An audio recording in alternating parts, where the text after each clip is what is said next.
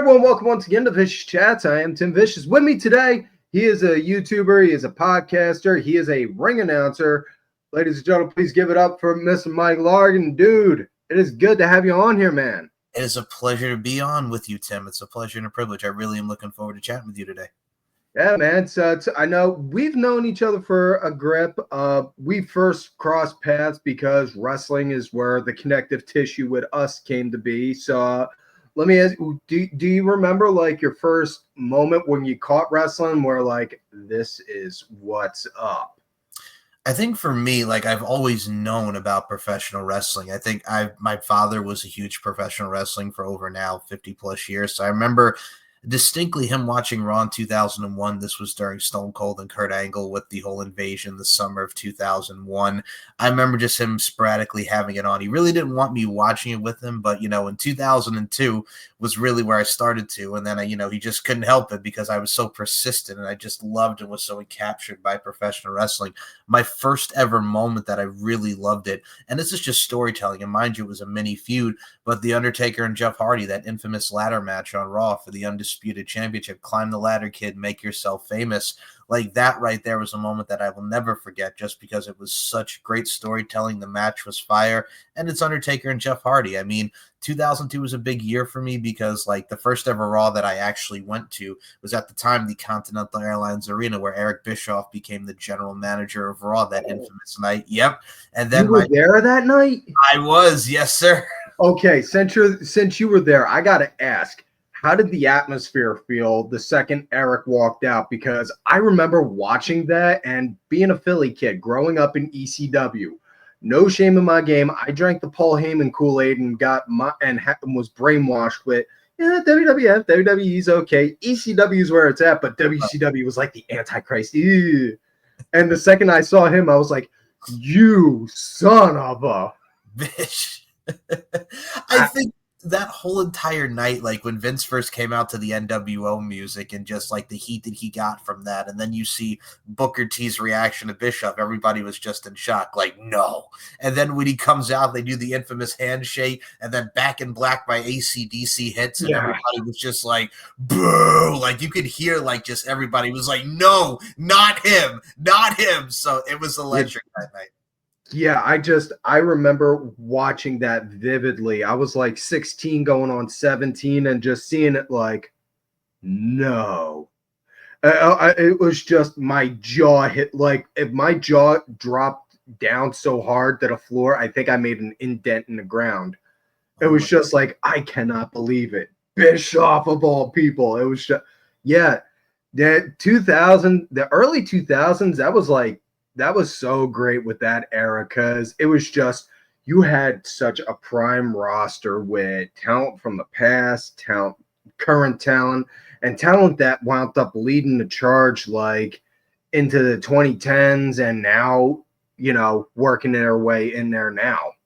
All right. Like I can honestly say, like, besides that, and I'll equate it to this, like the other two events that I really went to that year was I was at SummerSlam 02 for Shawn Michaels and Triple H, the non-sanctioned, and Brock versus Rock. I was there for Survivor Series 02 at the Garden where Shawn won the Elimination Chamber. Like those were moments. Like, I mean, 2002, like for me, like we can honestly say it. I think from my perspective, like I was 10 years old watching Randy Orton in his debut match against Hardcore Holly, and then going on to do the RNN News where he got hurt and on Raw. And then, of course, going into Evolution, you got to see John Cena and Kurt Angle, the ruthless aggression smack with Kurt Angle. And I mean, how he transferred into Word Life. This is basic economics. Batista as the Deacon, and then he goes over to Raw and he's with Ric Flair. Like and Brock Lesnar, of course. Like we've seen a lot of people on the come up. Like that heightened year of 2002, like you mentioned, the early 2000s. You had the OVW system. You had the developmental system. You had prime stars on Monday Night Raw. You had the influx of talent from WCW, Hogan, Hall, and Nash coming back. Then a year later, Goldberg, Scott Steiner. Like there was so much influx there. It was nuts. Yeah, I think that's definitely, I could say without question, the Ruthless Aggression era was like my peak fandom just because of, oh my God, just so many different names and faces from past and present that you could look at and just be like, yeah, you know what? I could see that guy moving up the ladder. I could see this guy going, oh, if you give that guy a shot, I guarantee he's going to knock it out the park. you know? I agree wholeheartedly. And I mean, you look at Kurt Angle at the time, like the SmackDown Six, Angle, Benoit, the Guerreros, Edge and Rey Mysterio, that time period. And I mean, you have so many people that they took a chance on. And I mean, you have so many people that really showed up and showed out. And I mean, like we mentioned, Cena, Orton, and all these amazing talents and Batista. But I mean, you even had controversial figures like Muhammad Hassan, who was going to be the next big thing, but we know what happened with him. And I mean, Yeah. And then you there was JBL. right, Wait, JB. who is a wrestling god? I can't help it. I know everyone got pissed off the second JBL came out, but I couldn't help but love it because the more he kept getting everyone mad at him, the more he just had that big like JR from Dallas grin on his face, like, yeah, I know you hate me. I don't care. I'm good. And that just made me draw to him. I remember the first time I saw it on 404 when he came out with his Have More Money Now book. And he, you know, the whole thing with Farouk where they lost the match to Rikishi and Scotty, and then Farouk gets fired by Paul Heyman and Bradshaw doesn't do anything. And then he came out the next week and I'm like, huh, what is this? And then it grew on me because that infamous match at Judgment Day 04, the bloodbath with Eddie Guerrero, the feud with Eddie Guerrero, him as the WWE champion, like, Yeah. again, he fit that mold perfectly just because his smarts about financials and whatnot. And it worked. It really, truly worked. Yeah, and not only that, man, I will say this. People can have their opinions about JBL all they want, whether he's a decent person, a bad person, this, that, and the other. The guy could go in the ring. The guy could go in the ring, and he could, and if he wanted to, he could legitimately kick pretty much anyone that was talking any kind of crap about him's ass. Oh, absolutely. I mean, Like, yeah, I wouldn't want to mess with that. Listen, I wouldn't want to mess with an angry 6-foot dude that's built, that's jacked to the gills, let alone an angry 6-foot angry Texan that's ready to rip my throat out just because I said you suck. exactly. I mean, this is a guy who's been up and down the road with guys like Stan, the Lariat Hansen, and so many people, and him and Farouk, the APA, one of the most dominant tag teams in the history of WWF, Yes. WWE. Like, that's just the guy there. Like, I can pinpoint, like, JBL and John Cena. I mean, it was a moment for Cena to win that championship at WrestleMania 21, but the lead into that when he's like, arrest that man. He's a thug. Arrest that man. Like, stuff like that. Like, it works, man. It was synergy. And he could go, like you mentioned in the ring, fall away slam, clothesline from hell, one of the infamous clotheslines ever, power bombs. Oh, he was a brute. Yeah. Plus that, and what was it? I was just looking at some clips earlier earlier today. It was with JBL. It was Eddie Guerrero, Booker T, and Taker in the ring, and JBL was yelling at them all. No, no, no, no, no. You don't get this. You see, I don't speak Vato. I don't speak hip hop. I don't speak monster. Yelling at all of them like, damn, he's really hitting all across the board with them. I And remember that. you could hear like the people like, is he really saying that stuff? And I absolutely loved it because I was like, when I was at that point in time, I was still like I was late in my teens and I was doing backyard wrestling stuff. So I was drawing inspiration from that. Like, yeah, I need to, if I'm going to piss people off, man, you want me as a bad guy? Okay. You know what? I'm going to take this. I'm going to cherry pick what's working and use it. Oh, of course. And I mean, this was the same year. And I mean, I remember that match going into Armageddon with JBL, Eddie Guerrero, Taker, and Booker T. I mean, you even look at him during the Eddie Guerrero feud with, you know, his mother having the heart attack and the whole thing, you know, JBL's by the border. You stop. Do you speak English? Do you speak English? Like, like this is what we got. And I remember I was 12 years old at the time, Tim, and I'm like, did he really just say that? Yes. I know. I got that. Yeah. I was just waiting for him to just pull out like a Samuel Jackson. English, motherfucker, do you speak it? You know? Man, you want to talk about not being afraid of getting heat. And I don't know about you, but I just, the state of the current wrestling product, the one thing that I think that I personally would like to see just from a fan perspective, see bad guys not being afraid of getting heat. It just seems like a lot of bad guys nowadays try to be like that cool bad guy instead of being the one, yeah, I want you to piss me. I want you to be pissed off and throw garbage at me. Right. Well, I mean, in today's society, and I mean, there was a video from 2006. I equated to this. And first of all, I love everybody, and I think equality is a very big thing. Same with variety. But it's like you have to look at it from a stance from a storytelling perspective. It's like Randy Orton had leaked photos at the time where he was in the shower, and Triple H and Shawn Michaels are like, what did he say he wanted to do to my ass when they did that friggin' thing where Edge and Randy Orton are dressing like Yeah. DMs? And people are like, oh, that wouldn't fly today. But I'm like, he's in a character. I mean, look at how people always talk about like the Attitude Era. It's like when Carlito recently did the whole thing with Io and Kairi Sane. It's like, oh, I need to learn how to speak Chinese, and everybody went to like an uproar. I'm like, y'all realize like he's playing. I thought that was hilarious. Hilarious. He's playing the dumbass character in the Judgment Day. It's like he doesn't. I'm like, and I said to him, I remember we were all in the chat and there was this whole thing, and I said, would you rather go back to 06 when he's telling Maria, do you spit or swallow, when he had that yellow T-shirt? Like we had that in 06, we have that now. It's a character. And the same with The Rock and Roman and Seth and Cody in the ring, and he's telling, Seth, Roman's telling Seth, why are you dressing in your wife's clothes? It's like because he's wearing the flamboyant clothes. It's not because he's calling him cross-dresser. People always say, what happened to the Attitude Era? I want more edge. But then when a little edge comes to you, they bitch. It's just that society we're in today. Yeah, it just don't be afraid to get heat, because I mean, and I'm not always a big fan of using myself as an example, but I remember when I was doing the backyard stuff, and me and my tag team partner, we broke up, and I got told, all right, you're gonna go solo.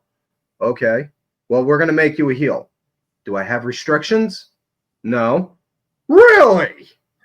And you could see the evil grin that popped up on my face the second that happened. And I was getting like Dudley Boy Heat Wave 98 kind of heat. If I didn't make you leave a show wanting to go and beat the crap out of me, I did not do my job right. Right. I mean, you have to do that. I mean, a lot of people think MJF goes too far in AEW, but I'm like, MJF is playing that old school heel of just, here, look at this loser over here, this virgin, he probably plays video games, and then I had sex and I grew up. Like, there's stuff like that gets you heat. Bubba Ray Dudley, like you mentioned, you got a mother in the front row who taught her daughter how to suck dick. That whole entire vibe of the arena. Like, that stuff works. It generates, you know what I'm saying? So, I mean, you have to kind of up it and level it a little bit. And I mean, when Cody told The Rock that he had little dick syndrome, I mean, everybody's like, oh my God, did he really just say The Rock had little dick syndrome? You have to heighten it a little bit. It depends on the emotion. I mean, wrestling. I get some people are afraid to pull the trigger and say certain things, right? But here's my argument. Know your audience and know the environment you're working in. It's no different than like if you're at a job and you're working at like a McDonald's, well, you can't necessarily go and say, hey, I got a joke for you. 2 hookers walk into a bar and then so-and-so. You can't tell that joke there. But if you're at the bar with the boys, you could by all means shoot the breeze and tell that joke all day. Mm-hmm. Know your audience, know the environment. That's the thing. You don't have to go and scream and yell and curse, but don't be afraid to get heat, man. That's my thing. No, I completely agree with you. I mean, it's all about evoking emotions and eliciting reaction. I mean, you look at Kurt Angle when he got released in 2006 when he left WWE and everything that happened there. He goes right into TNA. He's cutting the shoot promo talking about, I had the CEO of a billion-dollar company telling me that an Olympic gold medal and a cup of coffee don't mean shit, and why don't you watch me now and see what I do? And Kurt Angle had probably one of the best runs in his wrestling career and tenure during his TNA run. Man, I will die on this hill, but I will say Kurt's run in TNA was a million times better than his run in WWE, because it was just, he was like straight up in shooting mode. Like he looked more legit badass then than he did in WWE. And it's not to take away from this stuff, because my nephew does judo, but he always asks me, because he knows I watch wrestling and I'll also watch whatever kind of combat sport I can get my hands on. And he's like, what? Because he's trying to come up with an idea on how to present himself as like almost in a character way. And I tell him all the time, watch Kurt Angle stuff. Here's my Peacock info. Go look up Kurt Angle stuff. Watch his stuff. Because the dude is such a legit badass. He can go and be that mean, angry shooter and then be a silly guy walking around wearing a tiny little cowboy hat all within the same 20 minutes. 1000%. I mean, we just today, I mean, this week is the 18-year anniversary of his infamous match with Samoa Joe at Genesis 06, where he made his TNA debut. I mean, look at him and Samoa Joe from Lockdown 08, Kurt Angle MMA mode, and then we go right into just them killing the crap out of each other in the cage. So, I mean, Like, you could do like a lot of stuff. Him and Shawn Michaels, like, he could always adjust with anybody who he wrestled with. I could suplex, I could take you down, but I'm also funny at the same time. The Jimmy Crack Corn, if I don't, and I don't care. The sexy hurt, I'll make your ankle hurt. Like, come on now. Yeah, Kurt was that legit badass dude, and I tell him all the time, you want an idea on how to develop a character? Look at Kurt Angle, see on how he does it, and then just think, what is it you would want to do, and then mold it off of that kind of mindset. Use how Kurt used it, used how Kurt went as a template, and make it your own. And yeah, so brought up also, you do some ring announcing, so yes, sir. well, yeah. So, how did you get about into that? Because I know you do that with LFC. Which, if you guys watch Vicious Rants, you guys always hear me crediting them as a contributor to the show. Wow. Okay. So I have had the privilege of doing 2 LFC ring announcing spots, and I can't wait to do more in the future. So my first one was, so I got to doing the LFC podcast. And one of the things that I love about the podcast is it was my brainchild. And number 2, it's my mindset, beauty, strength, and dominance, the 3 key elements that make women the work of art that they are. Now, you look at beauty from many different standpoints, internal and external beauty, their overall foundation, everything that goes into what makes an art form that is a woman or anything in life beautiful, right? So I get into the ring announcing thing because Sean Donnelly, shout out to LFC CEO Sean Donnelly, needed the ring announcer for their booty camp events, which the booty camp event is, think of it like this. It's like we're getting prospects. It's like the NXT of how LFC is, which is awesome too, because the booty camp brings in a lot of great talented ladies and beautiful ladies at the same time, and you put on a damn entertaining show. So he asked me if I would do the Halloween event, which was LFC 35 Booty Camp 3D. So I did that event dressed in my little like Beetlejuice, like mob top vibe thing with the ring announcing stuff. And it was just fun. We had some lucha lingerie where the girls dressed like lucha in their lingerie. It was fun. And then the LFC 36 Booty Camp 4 came back in 2022. And I mean, the stuff like that was just so awesome just because, again, being in front of that crowd at the FSW Arena, which for those who are unfamiliar with that, it's Future Stars of Wrestling Arena. And me, my wrestling self, much like you, where you're just like, whoa, like the people that are on the banner that came from the Future Stars of Wrestling School, guys like Karrion Kross, guys like LA Knight, guys like women like Zoe Stark, guys like Solo Sikoa, so many people that have walked in through the Future Stars of Wrestling. And I'm thinking to myself, God dang it, man, people who have been in this ring, blood, sweat, and tears, and worked their butts off and trained here, I'm ring announcing and just being in front of this entire venue because a lot of people want to come out and see the Lingerie Fighting Championship and have a good time on Halloween night. That is All Hallows Eve. What a better way to do it. So, I mean, from the presentation standpoint, I knew going into it that it was going to be a fun night. I was surrounded by a lot of my friends, and that right there is just a great time and moments and memories that, you know, are created, and more moments and memories to yet to be created. And I mean, I don't need to bring it down on a somber note here, Tim, but the first time around this time, my mom at the time in 2021, she was diagnosed with inflammatory breast cancer. And I mean, she got through it. She's now cancer free. She was going through chemo at the time. We had family here. And the fact that my mom got to see me on pay-per-view, like do my thing. I mean, she couldn't be there, but dang it, she wanted to see. And then when I came through that door the next day, coming back from Vegas, and her smiling, just give me a hug, that's what makes it worthwhile. You know, family is everything. And that right there gets me teary-eyed and emotional. But damn it, I got to apply my craft in amazing fashion, but also at the same time, I got to make my mom proud. That says it all right there, man.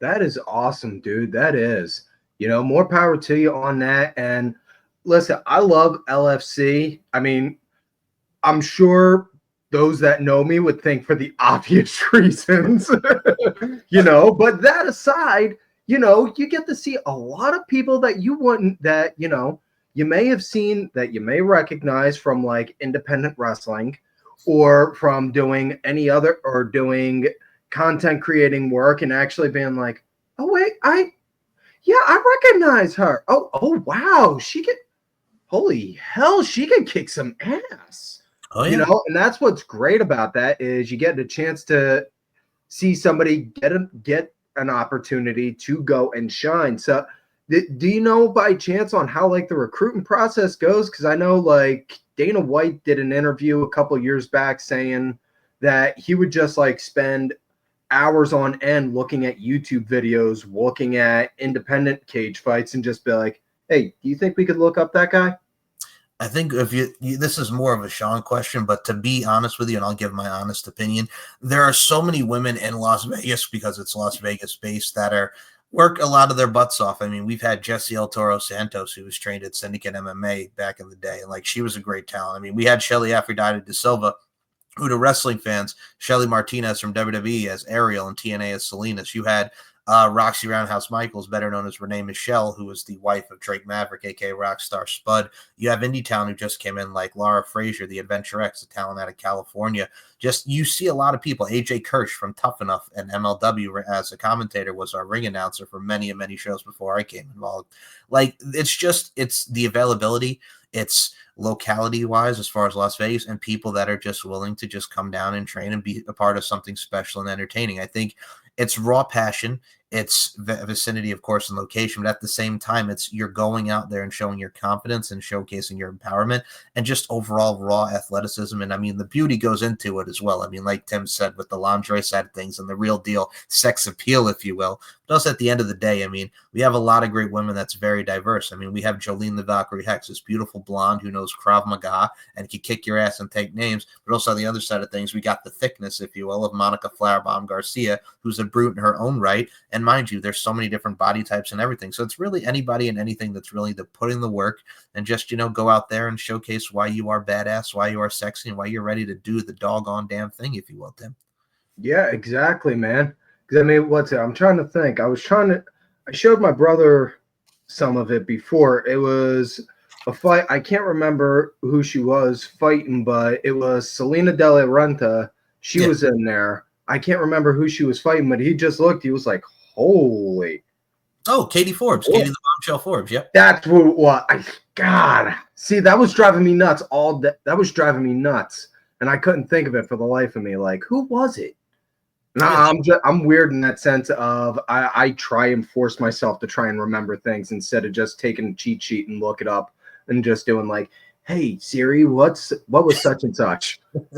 I feel you. Yeah, she's had 2 bouts against Katie the Bombshell Forbes at LFC 37 and LFC 31. Now, obviously, LFC 31 was different circumstances. In early 2021, it was just cast and crew because that was during COVID time at the FSW Arena. Then LFC 37, they had the rematch. Both have victories over one another. So I know a lot of the LFC fans wants to see a rubber match. And Katie's great, of course, the wife of the whole effing show himself, Mr. Rob Van Dam. So, I mean, like, Katie's another one that was very special. I mean, she comes from Wild Women of Wrestling. She's been on so many different wrestling programs. And now her and Rob have their onlywrestlers.com, which has many different wrestling profiles. So, I mean, yeah, Katie was an absolute great addition to the roster. Yeah. Yeah, it was. Those fights, yeah, they were great fights. So when you go to do the announcing, I know some kind or not, yeah, ring announcing. I was thinking. I'm sorry, brain fart. But when you go into the ring announcing, I know obviously you got to do some kind of prep work. Obviously make sure your throat doesn't wear down. Everyone's card.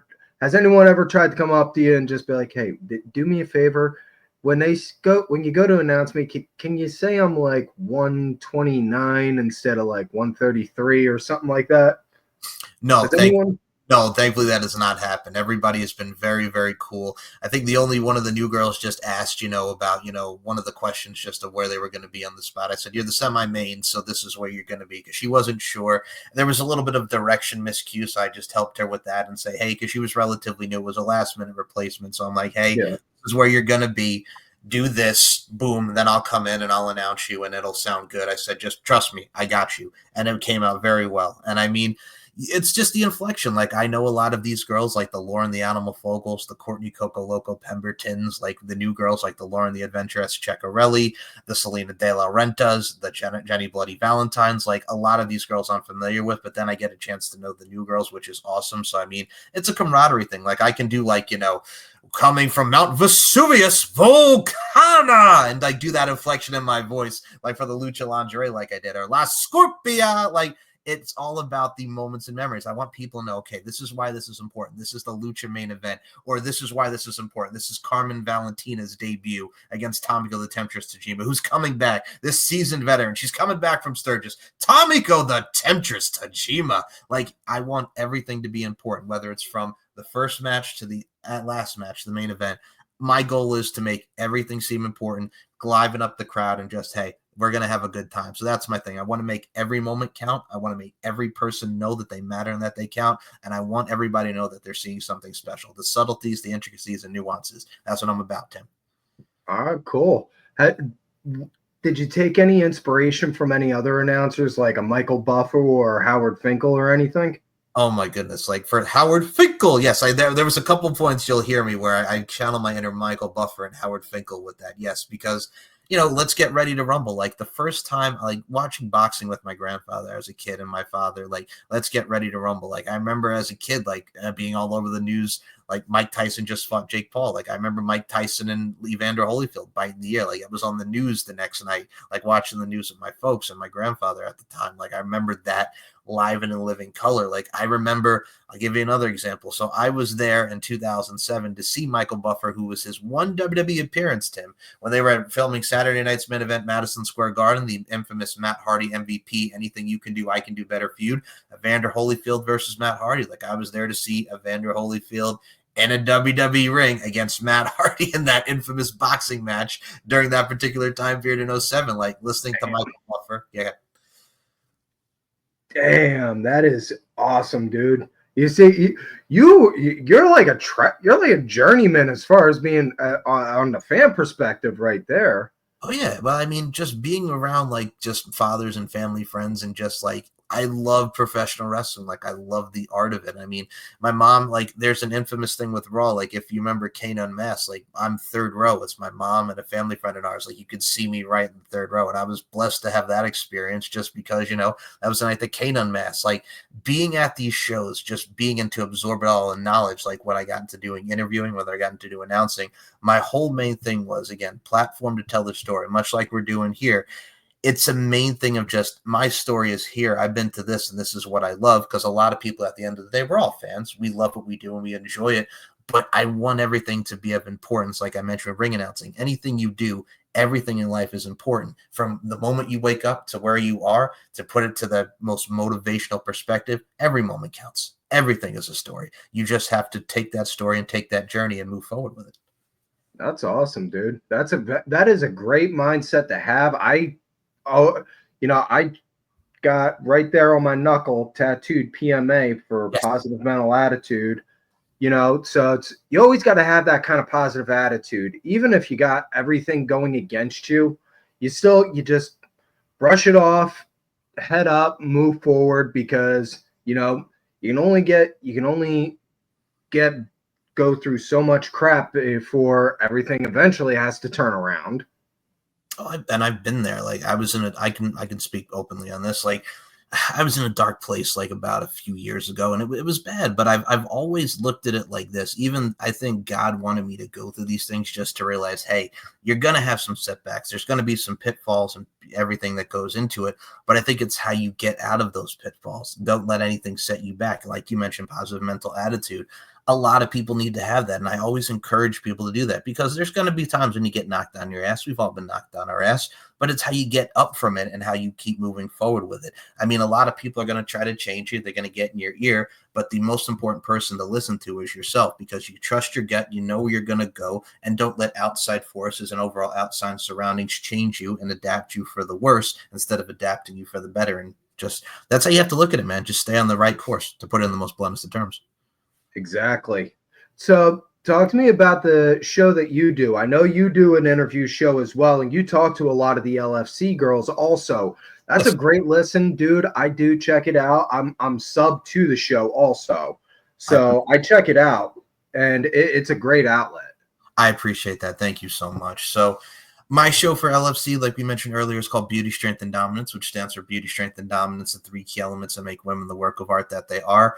I have had the pleasure of interviewing a lot of the cast and the crews, like Tim has mentioned, from the fighters, much like the indie talents that we mentioned, like Laura Frazier. I've had Selena De La Renta on many of my On the Mic with Mike series. So there's a lot of things. So outside of LFC, it's the On the Mic with Mike series. I've interviewed people from wrestlers, from musicians, from the adult entertainment industry. So I have a wide array of anything that I can do as far as giving people the platform to tell their story. And I love all these different outlets, and I love pop culture, and I love doing this and really broadening, expanding the horizons. The LFC thing is really just to not only just incorporate the brand of these these amazing ladies, but I've had fans on. I mean, I've had reactors like there's this young man by the name of Tyler Lawston who loves LFC. And it was like, he was so happy to be on the show. And I'm like, yeah, man, come on the show. You love LFC. We appreciate you love LFC. Let's talk about the brand. So if I can have the fan interaction as well as just the overall cast and crew, it's wonderful. It's all about engaging with your people. If I can put a smile on your face and just have a fun time, because I'm a very conversationalist with my interviews. Yes, I'll have some notes and I'll have some sidebars and ask questions, but let's just see how it goes and let the conversation flow. That's what I'm really big into, and that's what I like to incorporate with both of my shows and LFC. And I thank God for it, because it's given me the platform to really showcase my talents. And really, on the other side of things, I've gotten a rapport. I've gotten an overall relationship with a lot of many people that I'm blessed with, many different interactions that they want to come back on. They want to work with me. It's all about reputation, and most importantly of all, Tim, something that I love: the representation of your presentation. Represent yourself well, present yourself well. That's something that I'm very big and key on: the representation of your presentation. Yeah, and that's a life lesson I teach my son all the time. I'm like, listen, you got to make sure you carry yourself in the right way and present yourself in a right kind of way, because if you could be the most professional person on the planet, but if you carry yourself like you're garbage off the street, ain't nobody gonna want to go and work with you like that. Mm-hmm. You know? And that's a hard lesson that unfortunately a lot of people don't seem to want to learn. Oh, no. And I mean, today's day and age where you see a lot of these YouTube creators and content creators, a lot of them just want to be like, dickheads, to put it in the bluntest of terms, because it's just, it's the content, it's this, it's the that. But I'm like, do y'all even realize like the impact that you can have, especially on today's youth, by the way that you act and your mannerisms? Because a lot of people are going to think that's okay. And it's like, we don't stand for the positive proactivity and the positive reinforcement that we can be. And trust me, this is not going towards all of them, but I'm saying I think a good vast majority of them, like people that just go out there and just to make shit. And it's like, you realize it's just debauchery at the end of the day. And number two, what you're inspiring is just a lot of crap that really has a hindering on society and you as a whole, when you could be doing more better things with your time and more invested interest in your time. Yeah. And, and that was one of the big things that kind of inspired me to want to go and start this show, is seeing so much of that and just like, make a little positive corner of the internet. I want to try and make a little positive corner of the internet. You always hearing people trying to do shows and trying to do a aha gotcha piece. No, I don't want that. Have two dudes sit down, share some stories, have a few laughs. Let two people share some stories, have a few laughs, enjoy life. It's so funny that you mentioned that, because I remember earlier when I started interviewing people, this was a guy, the wrestler that I interviewed has been in WWE, TNA, and New Japan, and he's currently on AEW now. It's funny, like he asked me when I originally asked for an interview, because I was a fan of this gentleman, and I'll say who it was. It was Lance Hoyt, aka Lance Archer, Everybody Dies. He asked me legit, he goes, is this like one of those shoot interviews? And I'm like, no, like I'm not going to ask you to bury this person like you see in all these shoot interviews. No, we're going to just talk about your career and your matches and working with the people and just the overall environment that you had. I'm not asking you to badmouth anybody, Lance. This is not a shoot interview. This is just normal people talking. Like, that makes me laugh too, because a lot of people want to do the gotcha piece. And I mean, I saw some people afterwards, like everything that happened, everything with Vince McMahon, like somebody interviewed Rita Chatterton, and I'm like, really? We're going to do this right after just so you can get like the inside scoop of that? Like that's not me. I couldn't do that. I know a lot of people do that, but I'm like, y'all realize like we're wrestling podcasters. This is not a 2020 expo where we got to like, this is not ABC News. You know what I'm saying? Yeah. Wrestling fans who love professional wrestling. Yeah. And it just, I don't know, me personally, maybe it's just me, but it seems like so many people just try to go for the deep, dark, negative stuff to just try and sell a story and make content for that. And I'm like, guys, you can also do that same kind of stuff with positive influences, right? Exactly. Like, heaven forbid you talk to somebody, ask them, hey, what did you enjoy about this? And share a story about that. Oh, agreed. And I mean, it's funny. Like, I always double check my interviews. Like, I remember I interviewed Rodney Mack back in 2017, 2018. And I remember at the time Rodney was involved in that concussion lawsuit that everybody and their mother was involved in. And I said before, I'm like, Rodney, like, we don't have to talk about this if you want. He was like, no, man, it's okay, man. We can talk about this. And I'm like, all right. So we mentioned it like briefly, but I want to double check. I'm like, hey, Rodney, we don't have to talk about this if you don't want to talk about it. It's fine. So he mentioned it briefly, and then we just moved forward. And it was a fun show, getting to really talk about, him and Teddy Log and the Thuggin' and Buggin' Enterprises, back to Mac Playa. Like, I look at it like this. You always have to just make everybody, and I say this to everybody, and I'll say this to you, Tim, accommodation and comfortability is key in anything, not just interviewing, but in life. Making people accommodate them and make them feel comfortable. That's how you have to look at it. Yeah, and, give a little peek behind the curtain here, folks. Before we start the show, not just with this episode, but with literally every episode that the chats have ever had, I always ask everyone before we start, is there anything you don't want to talk about? Because I don't want you to feel pressured that, like, I have to bring this up. I have to talk about that when you don't want to, or if it's like, oh, I have to say this again. I don't want that. I don't want you to feel like that. I never want anyone that ever comes on here feel like they need to be pressured to talk about something if they don't want to. If they want to talk about like how they film OnlyFans work, by all means, you can. If you don't want to talk about it, you don't have to. If you want to talk about on how you binge watched Breaking Bad for 2 days straight, you can. If you don't want to, you don't have to. Exactly. And I mean, that's how I go about my philosophy with my guests as well. And I mean, I think in today's day and age, especially with the overall saturation of social media, everybody, like you mentioned, the positive side of things, like everybody's more into this instead of just this. And this is not just with politics. Like, the tribalism in wrestling is ridiculous. Like, I hate it, number one, but number two, like, if I crap on something, I'm not hating on a company. Like, there's things I've critiqued about with AEW that I'm just like, okay, this makes no sense. And that's been with WWE, especially when the old guard, when Vince McMahon was in charge, and now we have Triple H at the helm. Like, it doesn't mean we hate the promotion. I've been watching professional wrestling for over 20 plus years. I've watched AEW since day one. That doesn't mean I'm a hater and I'm a quote unquote e-drone or whatever they try to say that makes no effing sense because they think they're cool because I watch more other stuff besides this company. It's like, no, like, we're all wrestling fans at the end of the day, and if I state an opinion, that doesn't mean I hate them. They automatically go to the fact that you're out to get them or you hate them. No, I'm making a critique. I can do that. That's kind of what we do as wrestling podcasters. We critique shows that we like, and we critique stuff that we like on the show that we don't, and stuff that we like. That's how it works.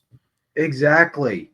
I mean, I've had people for years trying to throw me under the track saying I'm an e-drone because my rant show is just about WWE stuff. No, it's because it's focused on WWE stuff because my day-to-day schedule is so wired. I got 2 parents I'm doing home care for. I have a very active teenage son that I'm raising.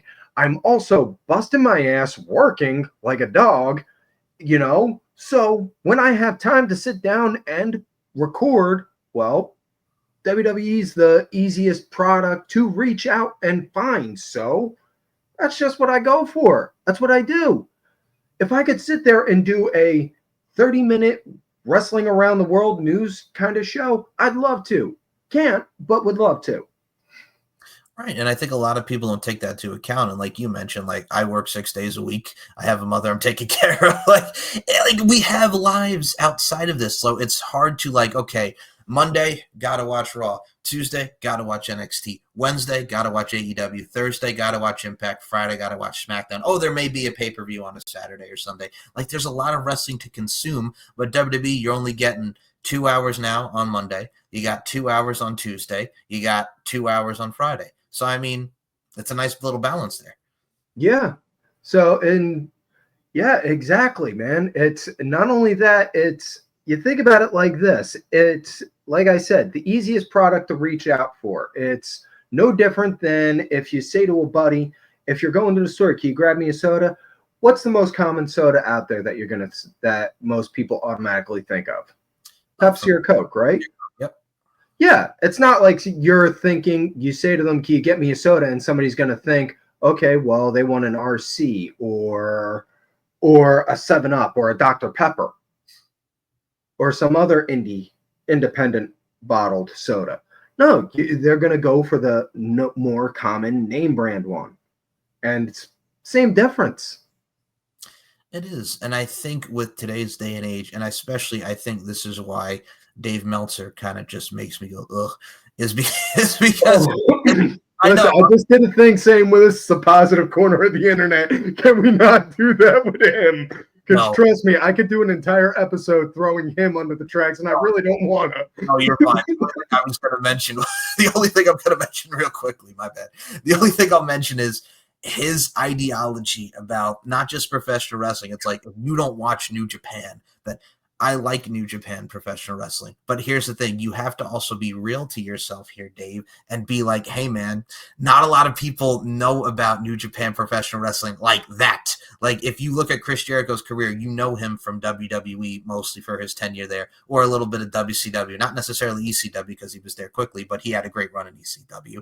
But it's like, Dave, like not a lot of people know about the Lionheart or the Corazon de Leon. You have to be realistic. Like it's a very niche audience. That's why a lot of his stuff on AEW gets critiqued because like they don't do video packages. They just automatically go, here it is. That's the only thing I'll say about Dave is you have to stop putting your views like it's the be all end all. That's the only thing that's the problem. Besides tribalism wrestling, it's Dave Meltzer's dumbassery. And that's the only thing I'll say. My bad.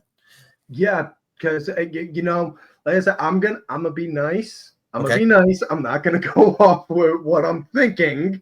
Okay. See, I'm trying here, folks. I'm being nice. You want to see me get angry? Tune into the rants on Monday. Tune into the rants on Tuesday mornings. You know? I feel you. So, yeah. But man, has there ever been any kind of special? Is there any particular guest that you have on like a bucket list? Like, man, if I could get a chance to talk to this person or that person, I'd really love to. Oh man, it's funny because I've always said besides professional wrestling, like being a pop culture nerd that I am, like I remember growing up on MTV and watching the mock boy band Together. I know my calculus, it says you plus me equals us. Like I've interviewed Alex Solowitz and Noah Bastion from there. I've interviewed Christy Knowings from all that, which was a pleasure. Samantha Cole, who is known for that song with Shaggy, Love Me, Love Me, Love Me, Sex Machine. Like her was just a blessing because she's a fellow New Yorker like myself. Wrestling, I would probably say Jeff Hardy just because he's such a creative mind, and I've always been a fan of the Hardy Boys, and he's just such a risk taker. And anything to do with music, like if I had to pick one, like I love Jeff Hardy for wrestling and music. I would also like to just get into the mind. I mean, you look at many people, like I would say if I was a boy band, the Backstreet Boys, if it was friggin' rock, I would go with like Bruce Springsteen, but there's so many different things out there. I think for me, to put in the bluntest of terms with you, Tim, anybody you put in front of me, I look to nail and knock out of the park. Do my research or just based off my overall experience, just seeing them with my overall appreciation, love, and respect and fandom of it. Give me anything, but if it was strictly professional wrestling, I got to go Jeff Hardy, man. Who doesn't love the imagination? There you go, man. That's awesome. You know, and let me ask you on this also, because I've had a couple people throw this my way also since I started this show. What's your process as far as like trying to reach out for guests? Okay. So for me, there's so many different avenues, right? Like there's Facebook, Twitter, Instagram. Some people just are like straight up email. So for me, most of the time, just because a lot of people don't like DMs because, you never know who slides into the DMs when it comes to social media because of interactions. But I think the best bet would be it helps, but if you want to be straightforward and to the point, I would specifically just email them because if you even look at social media, their email is smack dab right in that bio. So for any inquiries or contacts, you would definitely do email. That's how I do with mine. For anyone who wants to reach out to me, whether it be social media, I also just have my email there. So feel free to email me. So I'm very straightforward and just because being around my folks and they've done radio stuff, like they were in the radio business for like 20 plus years, they've always done strictly over the phone or just meet, what have you. So I think because of my old school mindset, I would just have to go with email with you, Tim. I would say email is the best way to go. Yeah.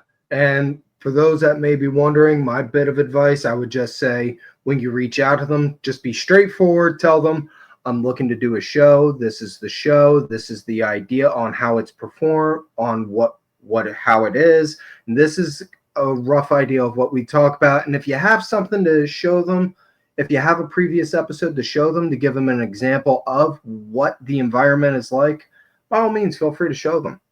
Okay, I got to add on to your point. You're making me smile here, Tim. So a lot of people that I do as well, because you and I have the same mindset here. Like if I'm interviewing a guest and I've interviewed someone like they faced or I mentioned them in the show, I'm like, hey man, here you were mentioned here. And if you'd like to come on my show, I'd be happy to have you too. Sometimes it works. Or what I do is I always put my links in with what I'm saying to them. Here's my links to check out my work, and then they check it out. It's so important to know that you're not bullshitting them. Like, okay, this is real. You know what I'm saying? Like, okay, this is an actual podcast. This isn't someone just, trying to like jerk my chain, so to speak. So you have to be professional. You have to be thorough and really just showcase this is what I do. Here's my body of work. I analyze, dissect, and decipher, put everything into fruition, and just let it go. And here's my stuff. If you like it, cool. If you don't, fine. Because there's going to be points in there where they're going to reject you and they're going to say no, which is totally cool. But at the end of the day, for the ones that you do get, let it rock and let it roll, man. Yeah. And folks, also don't be afraid of being told no. Yep. Because I'm not sure about you, Mike, but I can speak from firsthand experience. I've had more no's than yeses since I first started doing this. And firsthand, I was building up a guest list like weeks before I even started doing this. Oh yeah. Yeah. So I have more no's than yes. So don't be afraid of getting the doors thrown in your face, folks. It's a process. It comes with the territory. But dude, I say this to everyone on here all the time. Thank you so much for taking the time to come onto this show. I do appreciate it. You could have been out there doing a million different other things, but you chose to be here. You got my eternal thanks for that. You're always welcome back at any time. Any socials or anything that you'd want to give a plug on, any projects you're working on, by all means, the floor is yours. Oh, it's an absolute pleasure, Tim. And I'll also reciprocate. Anytime you want to come on my channel, you're more than welcome. I definitely love to have you on mine as well. I truly appreciate this. I definitely look forward to coming back. And if you guys want to check me out, it's SM Show 1. That's SM Show, the number 1 on Twitter, MCL92. I use both. One is for my show, one's a personal account. If you want to reach me, say hi, please feel free. I will say this. If you're on Instagram, it's Larkin_92. More of my show stuff there. And my personal one is MLarkinMB. MB standing for where I currently reside here in lovely Myrtle Beach, South Carolina. So if you want to say hi or follow me on that too as well, please feel free. Just be nice. I'll be respectful back to you. It's a two-way street. StephenMikeShow.com for everything Stephen Mike Show, from the Stevie Nicks Experience, the Stevie Nicks Hockey Experience, the Stephen Mike Show, on the Mike with Mike, the Pop Culture History Podcast. The website's there. For Beauty, Strength, and Dominance, it's LFCfights.com. It is on the VIP section of the LFC website. And of course, my YouTube, Mike Larkin 92. Subscribe. Let's keep them numbers going. Keep on checking it out. What you can get on the YouTube channel is, like I mentioned, on the Mike with Mike, LFC Podcast, Pop Culture History Podcast, Stephen Mike Show, the weekly review with myself, my good friend Paul Morales, and my good friend Daniel Crimmins. Daniel Crimmins and myself doing our show Uncaged, Deep into the Heart of Wrestling with my friends Robert Davis and Nicola McDonald from the UK, and so much more. I urge you, please subscribe, check me out, and not only just me, check out my dude over here, Tim Vicious, doing his damn thing. So subscribe and check out and support the podcasters and content creators. I appreciate y'all. Thank you very much again, man. I do appreciate it. You're absolute blast to have on. We're definitely going to have to set this up again sometime soon. Thanks very much. I definitely will look forward to doing that.